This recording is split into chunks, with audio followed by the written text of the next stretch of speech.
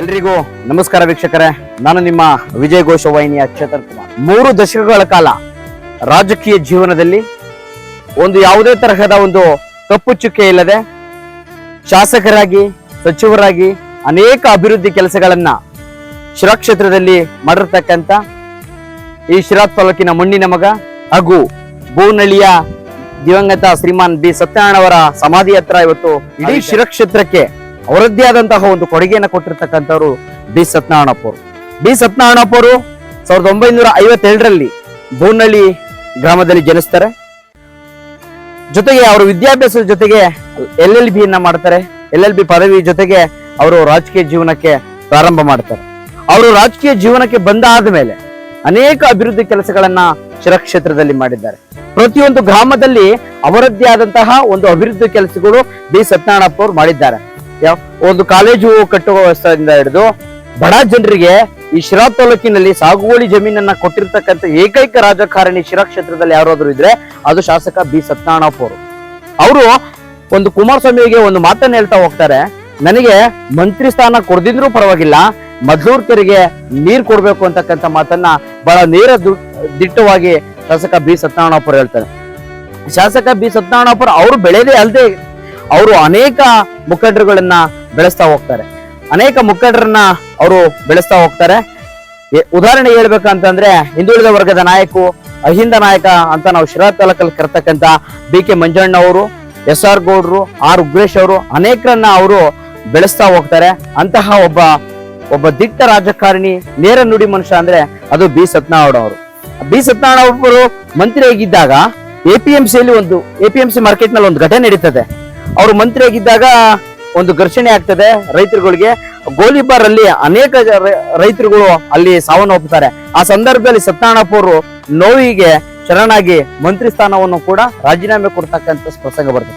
ಯಾಕೆಂದ್ರೆ ಇಂದಿನ ರಾಜಕೀಯ ಜೀವನದಲ್ಲಿ ನಾನ್ ಚೆನ್ನಾಗಿರ್ಬೇಕು, ನಾನು ಹಣ ಮಾಡ್ಬೇಕು ಅಂತಕ್ಕಂಥ ಸಂದರ್ಭವನ್ನ ಇಟ್ಕೊಂಡಿರ್ತಕ್ಕಂಥ ಅನೇಕ ರಾಜಕಾರಣಿಗಳು ಅವರಿಗೆ ನಾನು ಅನ್ನೋದು ಬಿಟ್ರೆ ಮನುಷ್ಯತ್ವ ಜೊತೆಗೆ ಸಹಾಯ ಅಂತಕ್ಕಂಥದ್ದಿಲ್ಲ. ಅಂತ ಸಂದರ್ಭದಲ್ಲಿ ನಿಷ್ಠೆಗೆ ಸತ್ಯನಾರಾಯಣಪ್ಪ ಅಂದ್ರೆ ಸತ್ಯವಂತರು. ಅದೇ ಅವರ ಹೆಸರಿನಂತೆ ಅವರು ಶಿರಾ ಕ್ಷೇತ್ರಕ್ಕೆ ಅಪಾರವಾದವನ್ನು ಕೊಡುಗೆ ಕೊಟ್ಟಿದ್ದಾರೆ. 2-3 ಬಾರಿ ಶಾಸಕರಾಗಿದ್ದಾರೆ, ಮಂತ್ರಿಯಾಗಿ ಅವರ ಸೇವೆ ಅನನ್ಯ.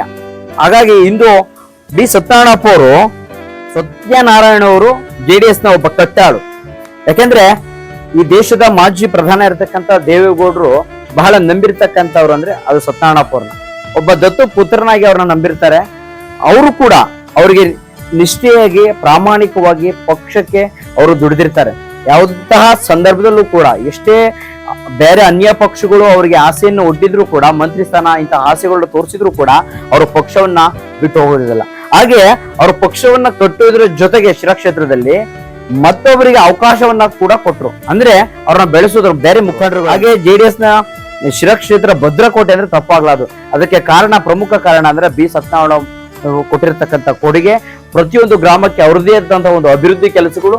ಹಾಗಾಗಿ ಸತ್ಯನಾರಾಯಣ ಅಂತ ಅಂದ್ರೆ ಒಬ್ಬ ಸತ್ಯಗೆ, ನಿಷ್ಠೆಗೆ, ಪ್ರಾಮಾಣಿಕಗೆ ಹೆಸರಿರ್ತಕ್ಕಂಥವ್ರು ಅದು ಸತ್ಯನಾರಾಯಣಪ್ಪ ಅವರು. ಬಿ ಸತ್ಯನಾರಾಯಣಪ್ಪನವರು 2018ರಲ್ಲಿ ಚುನಾವಣೆಯಲ್ಲಿ, ಅದು ಕೊನೆಯ ಚುನಾವಣೆ ಅಂತ, 73,000 ಮತಗಳನ್ನ ಪಡೆದುಕೊಂಡು ಈಗಿನ ಹಾಲಿ ಶಾಸಕರಿರ್ತಕ್ಕಂಥ TB ಜಯಚಂದ್ರ ಅವರನ್ನ ಸೋಲಿಸಿ 2018ರಲ್ಲಿ ಶಾಸಕರಾಗ್ತಾರೆ. 2018ರಲ್ಲಿ ಸತ್ಯನಾರಾಯಣಪ್ಪ ಶಾಸಕರಾಗ್ತಾರೆ.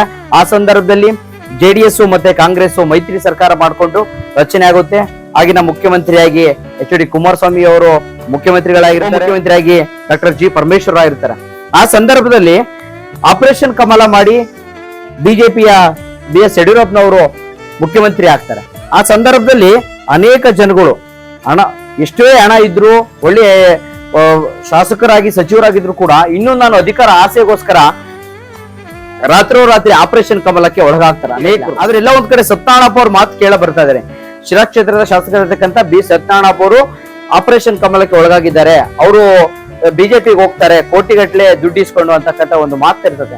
ಆದ್ರೆ ಬಿ ಸತ್ಯನಾರಾಯಣಪ್ಪ ಅವರು ಮಾಧ್ಯಮದಲ್ಲಿ ಮುಂದೆ ಬಂದು ನೇರ ದಿಟ್ಟವಾಗಿ ಹೇಳ್ತಾರೆ, ನಾನು ನನ್ನ ಮಾತೃಪಕ್ಷ JDS, ನಾನು ಯಾವುದೇ ಕಾರಣಕ್ಕೂ ಕೂಡ JDS ಪಕ್ಷವನ್ನ ಬಿಟ್ಟು ಹೋಗೋ ಮಾತೇ ಇಲ್ಲ. ನನಗೆ ಎಷ್ಟೇ ಕೋಟಿಗಳು ಕೊಟ್ಟರು, ನನ್ನ ಮಂತ್ರಿ ಸ್ಥಾನ ಕೊಟ್ಟರು, ನಾನು JDS ನ ತೊರಿತಕ್ಕಂಥ ಮಾತೇ ಇಲ್ಲ ಅಂತಕ್ಕಂಥ ಮಾತನ್ನ ಸತ್ಯನಾರಾಯಣಪ್ಪನವರು ನೇರದಿಟ್ಟವಾಗಿ ಹೇಳ್ತಾರೆ. ಅದರಂತೆ ಅವರು ಪಕ್ಷವನ್ನ ತ್ಯಜಿಸೋದಿಲ್ಲ. ಆದ್ರೆ 2021 ಕೊರೋನಾ ಸಂದರ್ಭದಲ್ಲಿ ಅವರು ಅನಾರೋಗ್ಯತಾಗಿ ಅವರು ಸಾವನ್ನಪ್ಪುತ್ತಾರೆ. ಆ ಸಂದರ್ಭದಲ್ಲಿ ಉಪಚುನಾವಣೆ ನಡೆಯುತ್ತೆ. ಅವರ ಪತ್ನಿ ಇರತಕ್ಕಂಥ ಅಮ್ಮಾಜಮ್ಮ ಅವರಿಗೆ JDS ಪಕ್ಷ ಗುರುತಿಸಿ ಟಿಕೆಟ್ ಅನ್ನ ಕೊಡ್ತದೆ. ಅವರು ಸೋಲನ್ನ ಕಾಣ್ತಾರೆ. ಹಾಗಾಗಿ ಇಷ್ಟು ಎಲ್ಲ ನಡುವೆ ಬಿ ಸತ್ಯನಾರಾಯಣಪ್ಪ ಅವರು ಶಿರಾ ಕ್ಷೇತ್ರಕ್ಕೆ ತನ್ನದೇ ಆದಂತಹ ಒಂದು ಕೊಡುಗೆಯನ್ನ ಕೊಟ್ಟಿರ್ತಕ್ಕಂಥ ಬಹಳ ಅಪರೂಪವಾದ ರಾಜಕಾರಣಿ, ನೇರದಿಷ್ಟ ಒಬ್ಬ ರಾಜಕಾರಣಿ, ನಿಷ್ಠುರ ರಾಜಕಾರಣಿ, ಯಾರಿಗೂ ಕೂಡ ಒಂದು ಕೇರ್ ಮಾಡತಕ್ಕಂತೆ ತನ್ನ ಇದ್ದಂಗೆ ಗೆಲ್ತಕ್ಕಂಥ ಒಬ್ಬ ರಾಜಕಾರಣಿ ಶಿರಾ ಕ್ಷೇತ್ರದಲ್ಲಿ ಯಾರಾದ್ರೂ ಇದ್ರೆ ಅದು ಬಿ ಸತ್ಯನಾರಾಯಣಪ್ಪ ಅವರು. ಹಾಗೆ ಈಗಿನ ರಾಜಕಾರಣ ಹೇಗೆ ಅಂದ್ರೆ, ಒಂದು ಬಾರಿ JDP ಆಗಿ TP ಆಗಿ ಕಾರ್ಪೊರೇಟರ್ ಆದ್ರೆ ಕೋಟಿಗಟ್ಟಲೆ ದುಡ್ಡು ಮಾಡ್ತಕ್ಕಂಥ ಸಮಾಜ. ಆದ್ರೆ ಸತ್ಯನಾರಾಯಣಪ್ಪ ಅವರು 3 ಬಾರಿ ಶಾಸಕರಾಗಿ ಸಚಿವರಾಗಿ ಅನೇಕ ಅಧಿಕಾರವನ್ನ ಅನುಭವಿಸಿದ್ರು ಕೂಡ ಎಲ್ಲೋ ಒಂದ್ ಕಡೆ ನಿಷ್ಠೆಗೆ ಪ್ರಾಮಾಣಿಕ ಹೆಸರಾಗಿರ್ತಾರೆ. ಯಾವುದೇ ತರಹದ ದುಡ್ಡನ್ನ ಮಾಡಿರಲ್ಲ, ಆರ್ಥಿಕವಾಗಿ ಕೂಡ ಸಬಲ ಆಗಿರಲ್ಲ.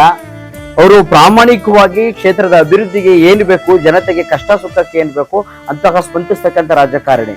ನಾವು ಈಗ ನೋಡ್ತಾ ಇರ್ಬೋದು, ಅವ್ರ ಮಗ ಸತ್ಯಪ್ರಕಾಶ್ ಕೂಡ ಇಲ್ಲೇ ಜೀವನವನ್ನ ಕಟ್ಕೊಂಡಿದ್ದಾರೆ. ಅಂದ್ರೆ ಒಬ್ಬ ರಾಜಕಾರಣಿ ಮಗ, ಒಬ್ಬ ಮಾಜಿ ಮಂತ್ರಿ ಮಗ ಅಂದ್ರೆ ಎಲ್ಲೋ ಒಂದ್ ಕಡೆ ಬಂಡವಾಳ ಹೂಡಿ ಉದ್ಯಮವನ್ನ ಮಾಡತಕ್ಕಂಥ ಸಂದರ್ಭದಲ್ಲಿ ಸತ್ಯನಾರಾಯಣ ಮಗ ಸತ್ಯಪ್ರಕಾಶ್ ಅವರು ಇಲ್ಲೇ ಜನಿಸಿದ್ದು, ಇಲ್ಲೇ ಜನಗಳ ಮಧ್ಯೆ ಕೂಡ ಅವ್ರ ಜೀವನವನ್ನ ಸಾಗಿಸ್ತಾ ಇದ್ದಾರೆ. ಅಂತಹ ಅಪರೂಪದ ರಾಜಕಾರಣಿ ಅಂದ್ರೆ ಅದು ದಿವಂಗತ ಸತ್ಯನಾರಾಯಣಪ್ಪನವರು ಸಚಿವರಾಗಿ ಶಾಸಕರಾಗಿ ಮಾಡತಕ್ಕಂಥ ಕೆಲಸಗಳು ಅನನ್ಯ. ಹಾಗಾಗಿ ಮುಂದೆ ಅವರ ಮಗ ಸತ್ಯಪ್ರಕಾಶ್ ಕೂಡ ಅವರಂತೆ ನಿಷ್ಠೆಗೆ, ಪ್ರಾಮಾಣಿಕಗೆ, ಸತ್ಯತೆಗೆ ಹೆಸರಾಗಿ ರಾಜಕೀಯ ಭವಿಷ್ಯ ಉಜ್ವಲವಾಗ್ಲಿ ಅಂತ ಭಾವಿಸ್ತಾ ಸತ್ಯನಾರಾಯಣಪ್ಪ ಅವರ ಸಮಾಧಿ ಹತ್ರ ಬಂದು ನಾವು ನಮಗೆ ಗೊತ್ತಿರತಕ್ಕಂಥ ಮಾಹಿತಿಯನ್ನ ನಿಮ್ಮ ಮುಂದೆ ಹಂಚಿಕೊಂಡಿದ್ದೇವೆ. ಹೆಚ್ಚಿನದಾಗಿ ಶೇರ್ ಮಾಡಿ, ಸಪೋರ್ಟ್ ಮಾಡಿ, ನಮ್ಮ ವಾಹಿನಿಯನ್ನ ಫಾಲೋ ಮಾಡಿ. ಎಲ್ರಿಗೂ ನಮಸ್ಕಾರ.